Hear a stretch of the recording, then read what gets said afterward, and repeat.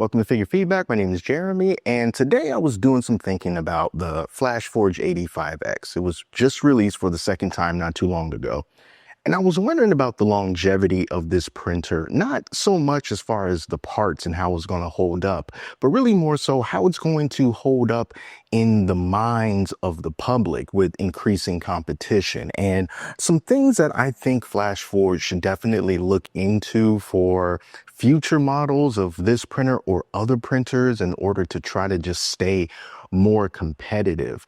And the thing is, I'm not so sure that the 85X has the same potential of a lifespan that is just as long as the Adventurer 5M, because even from when that printer was first released into now, I still say that if you buy an Adventurer 5M as a first 3D printer or as a supplemental 3D printer, I still think that it is a good buy at the price that they sell it for and what you can get on Amazon, which is frequently under $300. You know, it's still a very good printer.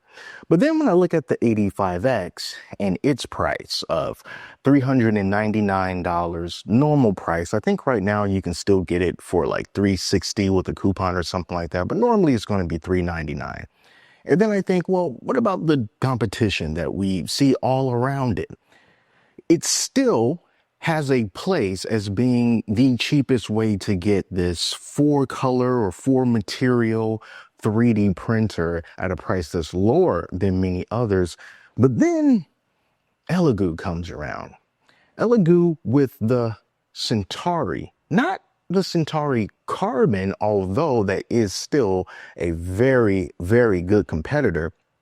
I'm talking about the regular Centauri, since that is more similar to the 85X. Now, in case you haven't heard of that, because you've heard of the Centauri Carbon, but not so much the Centauri is a version of the Carbon that is not enclosed. So it has this open frame, just like the 85X does. But the killer feature about that printer is that it costs only $199. $200. It's the same build volume as the Centauri Carbon. It has a lot of the same parts. Some things are different. For example, since it's not enclosed, you can't print as many materials. I think the bed temperature is about 10 degrees Celsius less than the Centauri Carbon. I don't think it comes with a camera like the Centauri Carbon does. So it's stripped down from some of those features, but you know, the guts are still pretty much the same. So when you look at that printer for $200 and then you look at the 85X for $400 and you see how much more you could get with the Centauri Carbon from a hardware and software, or the Centauri from a hardware and software perspective, what does that mean for this little guy here? Now, currently, what this printer has going for it most of all is the IFS. Like I said earlier, you got these 4 colors, you can do 4 colors, you can do different materials, something that the Elegoo Centauris cannot do. They can't do it yet. But we know that their multi-material system is coming in the future. We don't know exactly when. We don't know how much it's going to cost, but we do know that it is coming. And we also know that Elegoo has embraced this open RFID platform. So instead of being more so locked down with RFID filaments like you would see from companies like Bamboo Lab or Creality or Anycubic, Elegoo is instead saying, well, we're going to open this up. And if someone wants to integrate their filaments to be automatically recognized in those printers that Elegoo has, hey, it's fair game. You can do what you want. So just imagine eSun deciding to jump on board with that. So you get some RFID eSun filament and you put in your Centauri printer, and then it has some parameters that they've determined are really good to get you up and running so that you don't have to fiddle around with settings so much. And whoever wants to do it can do it. And maybe even people like me and you who would know how to program RFID chips and have reusable spools can also do the exact same thing. That is a pretty big deal.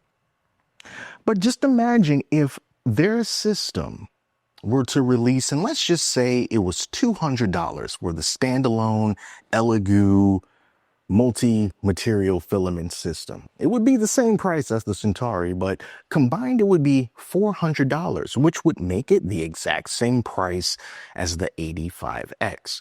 So what would you go for at that point? Because you would have the same capabilities, but you would also have a larger build volume. You would have a better screen. You would have what I see as being better software based on my experience from this and what I've seen of the Centauri Carbon.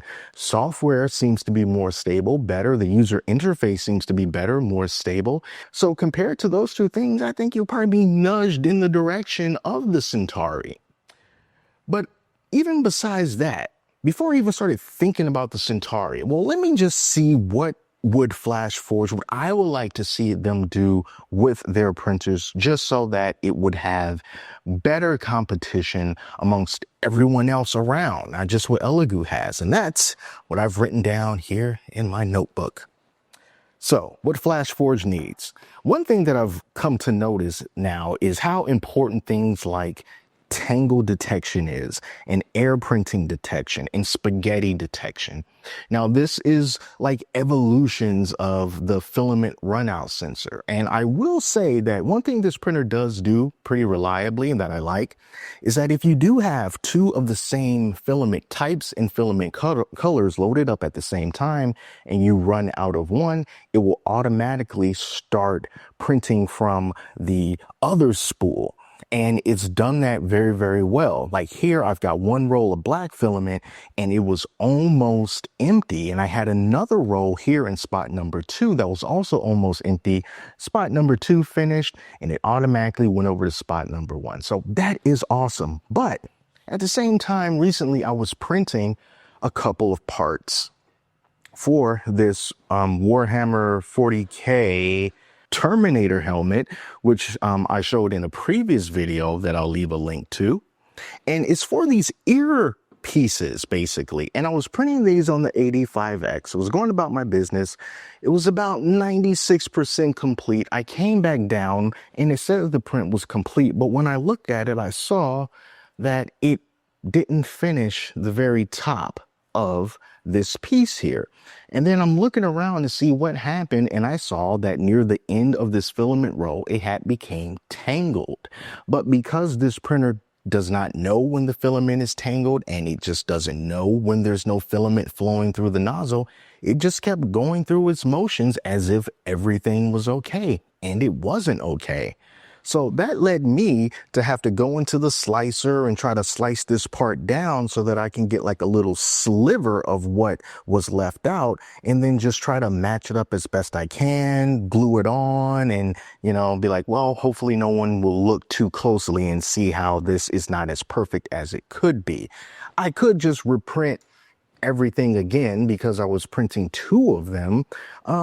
And it would take like 60 grams of filament, so not too much. But the whole thing could have been avoided if the printer was able to detect that. And then when I went to check on it, I would have seen that, I would have fixed the problem, and then the print would have been complete. And that really came into my mind because on the Bamboo Lab H2D, there's been a few instances where spaghetti detection has saved the day. If like a prime tower had fallen and it started spaghettiing it, and it let me know, I had like a part come loose from the bed, and it immediately notified me about that spaghetti, and it saved a lot of time and potentially a lot of filament as well. And that is really awesome. And I know that the feature might seem like a little bit more high end, but when I see that the same, at least for the filament detection, is available in like the Bamboo Lab A1, which is not an expensive printer, well then why couldn't it be available in something like a Flashforge printer? You know, especially some of the higher end ones like the Guider 4 and the Guider 4 Pro that's coming out. I really think that those should be implemented. I don't think that they are, but maybe something has changed, but those would be really, really nifty and helpful to have. Now, earlier I talked about the software with the Centauri Carbon, kind of like just the onboard software, just being more elegant than what Flashforge has. The software has always been like the weakest part of this printer and the 5M, and I've said that before. And because of that, I think we reached a place where there's two things that Flashforge can do. They can either make their software open, just give people Clipper on this machine. Or if they don't want to go completely open, they need to vastly improve what they currently have. Now, I know most people would just like to have regular open Clipper, and on the 5M, folks have figured out ways to actually put Clipper on there. The only thing about that is it's a community-driven effort. So if they decide to walk away from it, then you won't get any kind of updates or things that will make the experience better. But fortunately, it's not a permanent change. You could install Clipper, and then if things aren't working out, then you can just roll back to the Flashforge software. So maybe that's a good middle ground for Flashforge to do, to just openly let you know, hey, if you want to use our software as default, you can do it. But we are going to allow you and let you know how to easily move over to an open Clipper platform if that's something that you want to do. And they might even be able to cover their tracks by saying, if you do this, then maybe you void your warranty, because once you get into all the customizations with Clipper, if you screw something up and you destroy some part of your printer, then hey, we won't be responsible for what you did, because we have no way of knowing what you did to mess something up. And I think that would be reasonable for them to do, to openly embrace that and even give some direction on how to do that, and also how to roll back just in case you are not happy with what you have. If they don't want to do that, then you just gotta seriously improve what's going on here. The first thing would be to ditch these resistive touchscreens and just move to a capacitive touchscreen, first of all. And then on the other side of things, vastly improve the Flashmaker app, because in my opinion, just not that good, and it doesn't work half the time, or even more than half the time. It just doesn't work properly. Give us something that looks more attractive, something that looks more modern. Give us the ability to just type in the IP address of the printer in a web browser, and if there's a camera attached, so that we can just see what's going on without having to go into Orca Flashforge, just loosen those reins a bit. I am not one of those people who are just 1000% against something that is more closed down and ecosystem based. I think there's room for everything, because not everyone wants or even cares to have open everything all the time. They want a more structured environment. And I think that if you are going to do that, a great trade-off would be to provide a good experience in exchange for having something that's closed like that, which is why, I'm fine with the Bamboo Lab ecosystem, because I think that it offers a more user-friendly experience all the way from Maker World, and being able to import files directly into the slicer with some preset things that the creator has put into their project, and then you just send it over to your printer and it prints just like it is on their printer. And the mobile app is really good, and you can see the filaments that you have in there, and you can do some object like exclusion if you need to directly from the app, and just all those things combined. I'm like, well, if you're going to be closed, you're giving me a lot to think about in exchange for that. So you just kind of make it worth my while. And if you're going to do that, then I'm cool with it. But if you're going to have things more so locked down like Flashforge does, and then don't really offer anything really in return, not really a good thing. So they definitely need to do something about that, including just giving full access to what this printer and what others can do through Orca Slicer. Okay, so if you want to cut Orca Flashforge out entirely, just let people do that. Let them be able to control the IFS directly from Orca Slicer. Just don't go through Orca Flashforge if you don't need to. Next thing. In addition to doing all of that and having things to be more open, that also includes being able to integrate this into applications like Octoprint or Octo Everywhere. I've got the T1 Pro behind me right now from Full Sun, and I know that Full Sun and have the best reputation when it comes to some things. But one thing that I really do like about this particular printer is that I am able to just take the IP address and throw it into Octoprint, and then I can monitor the camera and I can stop prints and I can change temperatures and stuff like that. They have not locked that down or made it so that you have to jump through a bunch of hoops in order to get that kind of integration. So that's what I would love to see come out of these Flashforge printers, especially if they want people to use these in like a farm environment, just being a lot more considerate of the options that people want to have, to not just use their software and depend on their software to constantly keep working. Because we saw earlier, maybe a few weeks back, the cloud that controls the Flashforge stuff was down, so that if you were connected to their cloud through your printer, you wanted to just send something over the cloud, over the internet to here, you couldn't do that. And the only way that you could do it is to enable LAN mode, and you could do it that way. So, that's just the folly of having to depend on the cloud. So yeah, let's open that up and give it some Octoprint support and everything. Also on the hardware side, you need replacement parts. You need them. When you release a printer, I think that you need to have at least a bare minimum of some basic parts that people can swap out. So just looking at this, when this printer was released, I think that you should have been able to purchase another IFS just in case the one that you had was broken or whatever. Have the ability to buy additional spool holders, give you the ability to buy a different bed or a plate. If you wanted to go the official Flashforge route and get another Flashforge plate, you can do that.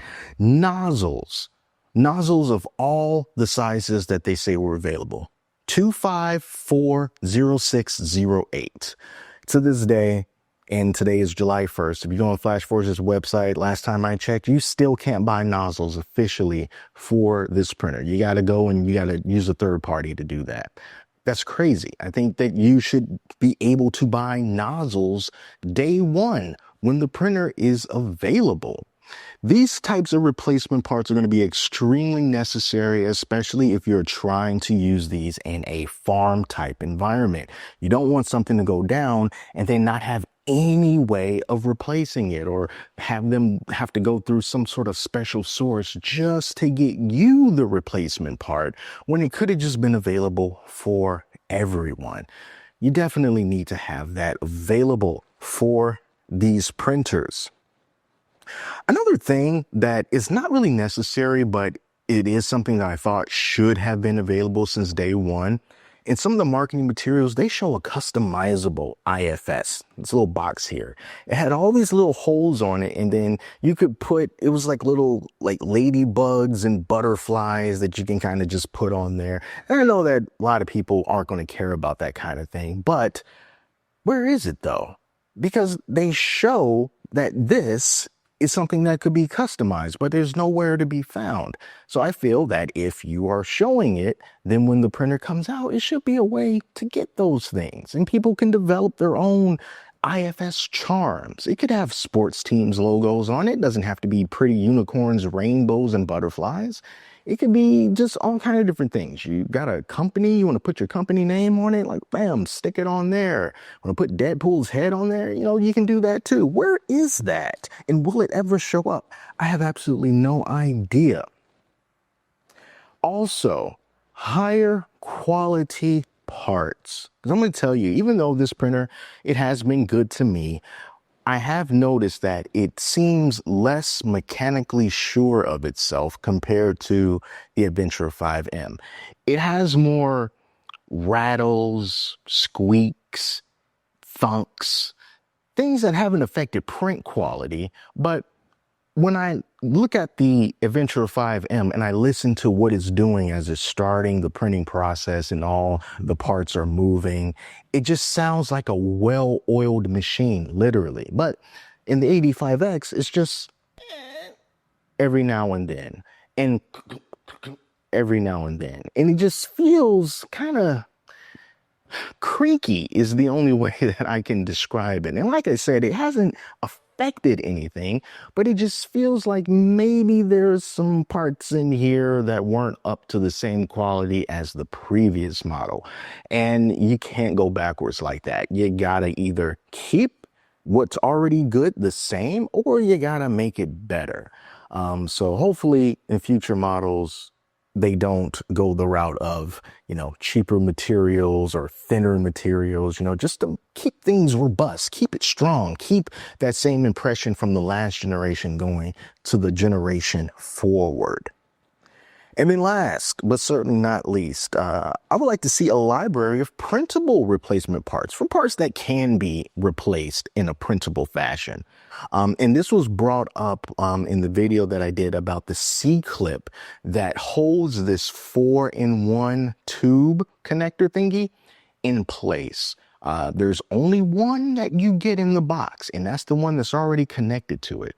But if you need to remove this instrument right here, and you need to take off that C-clip, if that C-clip gets lost, it's pretty small. It is black, so it can just fly around in your house, on your carpet, in your shop, wherever you have it, and you can't find it, then you can't secure this anymore. All right. Now, there is an alternative clip that you can print that a community member printed for the Adventure 5M that actually still works for this, that I highly recommend that you check out and you print just so you can have those handy. But something like that is so important because the IFS is literally useless without that C-clip. I think that on the wiki, then that C-clip should have been made available so that you can print it out so that you don't have to look for a third-party solution. Because what if the person who created that, I don't know, what if their printables account gets deleted or something? Or what if they delete their account? Then all those files go away. Who else has developed a replacement C-clip for the Adventure 5M in the size that you would need for this? That will just go through trial and error. Someone try to figure out what C-clip do you need and who's going to create it. It's great if it came from the official source so that you won't have to worry about things like that. But those are things that were just kind of on my mind that I think goes into the future of the AD5X, because right now it's fine. It's in its position where it's like, hey, no one can really come at this printer for the price that it's being sold for yet. Like I said, you got the Centauri kind of waiting in the wings, trying to see what's going to happen with that multi-material system. And then you also got the Centauri Carbon that's already out for $300, that's already enclosed, that is also going to be compatible with that multi-material system. And depending on how much Elegoo charges for that, that printer alone could just make old Flashforge here like, well, why would you go for this when you can go for that? And in order to keep things like that from happening in the future, this list of things that I wrote down here, I think will go a long way in making the value of Flashforge printer a lot more undeniable in the face of different competitions. But that's what's good about industry in general, competition. Because when you fall behind, or when you are at risk of falling behind, which I fear this printer is, then I think that helps to light a fire under the butts of the folks at Flashforge so that they can continue to get better and get better and get better. Then we get better things as well, and we get better value as well. So keep the competition coming so that everyone can stay on their toes, because if it wasn't for the competition that came some years back with Bamboo and their AMS and all that, then who knows where we would be right now with all of these other options that we have available as far as Core XY 3D printers with multi-material systems. So that is going to do it for now.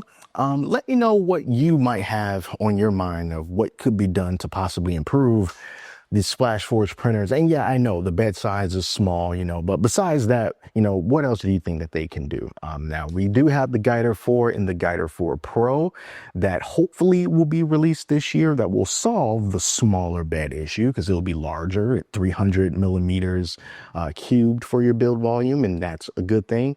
But all these other things that I mentioned here, as far as the detection, filament detection, tangle detection, the software, those are the things I think is going to be more similar to this printer than anything. So even though the hardware be a little bit different, the software experience is most likely going to be more so the same. But we'll see what happens when those printers come out. And if I ever get my hands on one or both, then you can be sure that I'm going to go through it with a fine tooth comb and let you know everything about it. So that's going to do it for now. If you are interested in stuff like this and you got any kind of value from this video, be sure to subscribe because I always have more coming, and I got a whole lot more ink in this pen to write down some points in my notebook. So that's going to do it for now. Until next time, take care of yourselves, and I'll speak to you soon.